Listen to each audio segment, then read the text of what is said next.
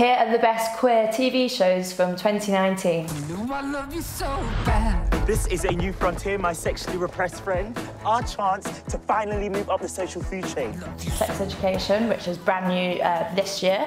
I personally loved it. I thought Eric, who's the main gay guy in it, is absolutely fabulous. And he's not just, you know, when they have the token gay person with nothing else about him. He's fully thought out character, incredible looks. He's really funny. I'm worried about you, man. Everybody's either thinking about shagging, about to shag, or actually shagging. I think a lot of people criticize, though, the fact that the bully is the one who ends up being the romantic storyline for Eric. Because, like, I feel like for him, for being such a good character, like, he deserves his own romantic one. Then, like, I don't feel like it excuses the bully's action throughout the show. As in, even though he was horrible the whole way through the show, then we just suddenly go, oh, but we love him because he's gay. Yeah.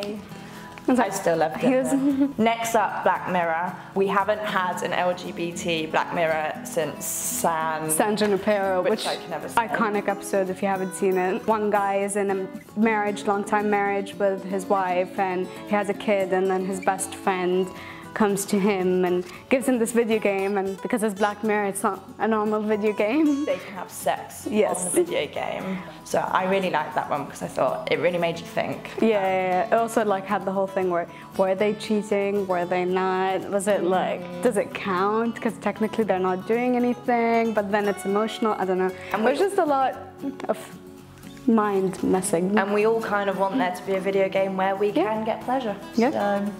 Shabby little Shibden, our ancestral home, and my shabby little family. Our time on Earth is brief, and we should make the most of it.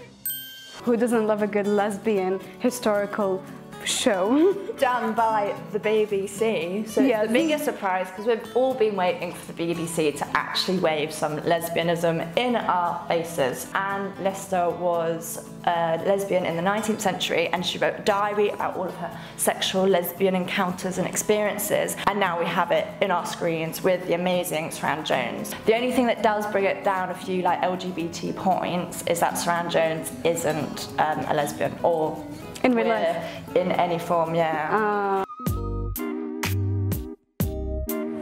Hey, focus. Save that for Grindr. I love that you think I have enough self-esteem to be on Grindr. Next up is Special, which brand new to Netflix this year.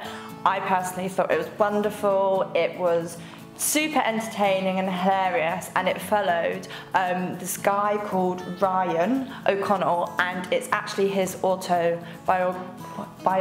It's all about his life, but he also stars as Ryan, so himself. And he has cerebral palsy and he's also gay, so it's about navigating having a disability and being queer in this world which very much isn't for those two identities. I promise you, if I could be a different person, I would. So next we have Euphoria, which, by the way, personal opinion, I think it's the best show of 2019. If you haven't seen it yet, you're doing something wrong.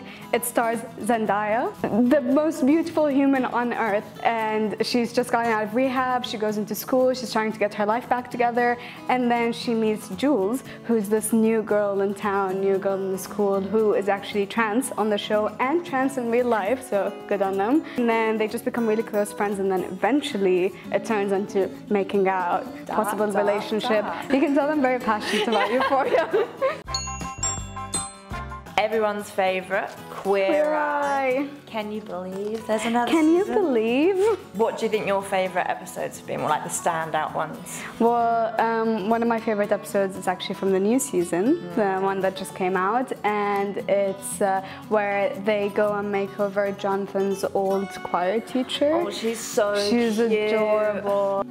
Oh, Casey, good news! Oh, Elsa, I don't care. So next we have Atypical, which is not really an LGBT show, but it's a show about this autistic person and kind of like how his family deals with it, how he deals with it, and he has this younger sister, Casey, which is very hot, but also she's like this jogger. First season we see her like going into this new relationship with a guy, her first ever relationship, and they have a very, very cute, healthy one which goes into season 2, and then in season 2 she moves into a new school and she meets this girl.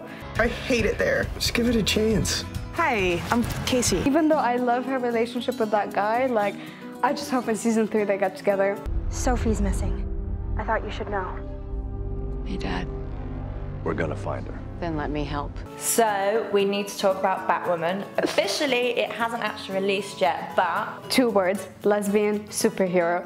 She's Ruby Rose as a lesbian superhero saving the world from villains. Like, there's no other thing I can say that can make you watch it if that doesn't make you watch it enough. Helena Peabody offered me a job. Are you considering it? Somebody in this family's gotta make a living. I don't think my ability to make a living is really in question. I'm not questioning your ability, I'm questioning your desire. And now we have the L word, which may be the lesbian, not maybe, it is the lesbian Bible, and everyone who is a female and is into females has to have seen it. I haven't seen it. Oh, Reem, what are you doing? It just basically gives you the guides and rules of how to navigate life as a lesbian. And sometimes that can be quite sad. Like, I remembered watching it and it has like this whole bit on how to tell if someone's a lesbian, and it being like very much the onus was on the length of their nails. And like, I've always had weirdly long nails, like they just grow fast. And so then I was like, how am I supposed to be a lesbian? Is it like Sex and the City but lesbian version? Exactly like that, Reem. So you really need to watch it because it's coming back, the L word, this year, new season, and what's really exciting about it is that it's going to be more diverse, and they've already done call-outs for trans actors. You know it would be alright to have some feelings about your strange mom showing up out of nowhere. Tales of the City, which basically this girl, Mary Ann, comes back to San Francisco after 23 years, and she comes to this like big LGBT community.